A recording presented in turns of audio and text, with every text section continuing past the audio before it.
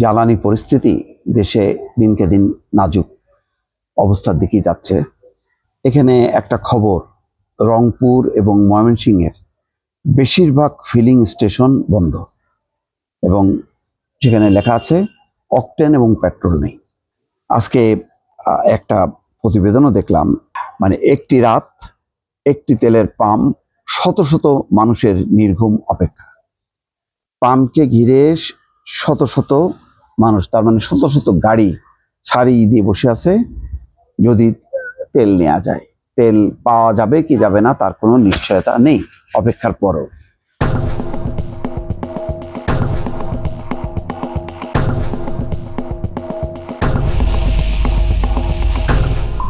এরকম একটা পরিস্থিতির আরো নানা রকম উপকরণ কিন্তু ইতিমধ্যে শুরু হয়ে গেছে।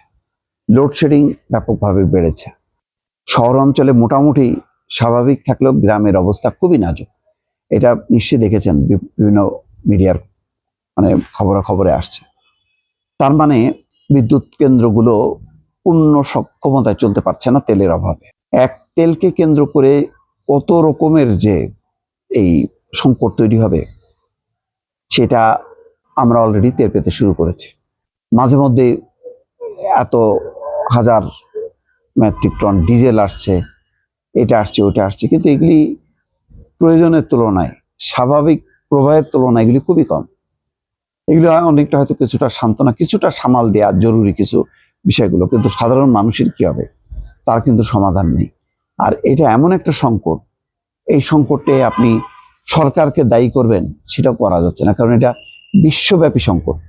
এই সংকট হয়তো কম মাত্রায় হলেও আমেরিকার মতন শক্তিশালী দেশও আক্রান্ত। সেখানেও জ্বালানি তেলের দাম বেড়ে গেছে প্রতিটা দেশে, এবং 70 থেকে 80টা দেশ বাংলাদেশ সহ চরমভাবে আক্রান্ত। তাদের উৎপাদন কমে গেছে, তাদের শিল্পে এখন কলকারখানা কোনো কিছুই চলছে না। তারপরে গাড়ি ঘোড়া আস্তে আস্তে কিন্তু কমে যাচ্ছে। ঢাকাতেও দেখেছেন যে গাড়ির সংখ্যা কমে যাচ্ছে। মানুষ তাদের যে ব্যক্তিগত যানবাহনগুলো আস্তে আস্তে কিন্তু ঘরে ঢুকে যাচ্ছে। এখন পর্যন্ত ভাড়ায় কিছু ঘর বাড়ি পাওয়া যাচ্ছে, কিন্তু সেটাও কিন্তু খুবই সীমিত। তার মানে পরিস্থিতি ভয়াবহ। এই অবস্থা থেকে উত্তরণ কিভাবে হবে তার কিন্তু কোনো নিশ্চয়তা নেই। এবং সরকারের জন্য দুর্ভাগ্য এই জন্য, মানে 1 মাস ক্ষমতা পার হতে না হতেই তারা এইরকম একটা অনাকাঙ্ক্ষিত সংকটের মধ্যে পড়লো, যার সহজ কোনো সমাধান নেই।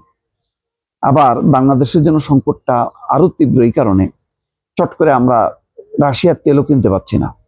রাশিয়ার তেল কেনার জন্য আমাদের পররাষ্ট্রমন্ত্রী দৌড়ে গেছিলেন ওয়াশিংটনে। সেখান থেকেও কিন্তু এখন ভালো কোনো বার্তা আসেনি, অর্থাৎ অনুমোদন পাওয়া যায়নি। তাহলে আমার প্রতিবেশী ভারত, তারা রাশিয়া থেকে তেল নিতে পারবে, আমি পারছি না। ফলে বাংলাদেশের জন্য এই সংকটটা আরো মারাত্মক।